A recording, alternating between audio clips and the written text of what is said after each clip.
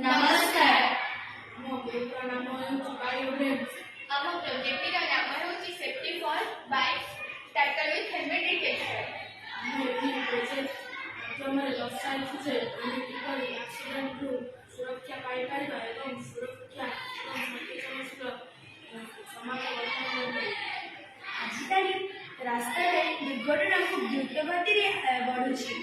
विशेषकर हेलमेट चालक मान मध्य अनेक लोग हेलमेट पिंधु ना जहाँ दुर्घटना समय मुंड आघात मुख्य कारण। यह समस्या को दृष्टि रखी आम एक प्रकल्प तैयारी करिछु।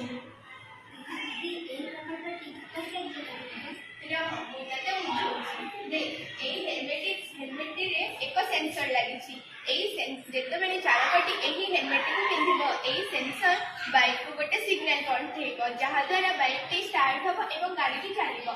जदि चालकटी हेलमेट न पिंधुची बाइक टी स्टार्ट हेब ना। जदि मुझे रखी बाइक टी चलने को लगे।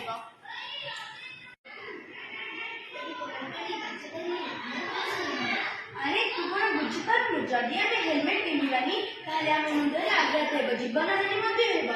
जदि आम हेलमेट पिंधा आम जीवन सुरक्षित निश्चय हो। एबे तुमे माने बुझिला त?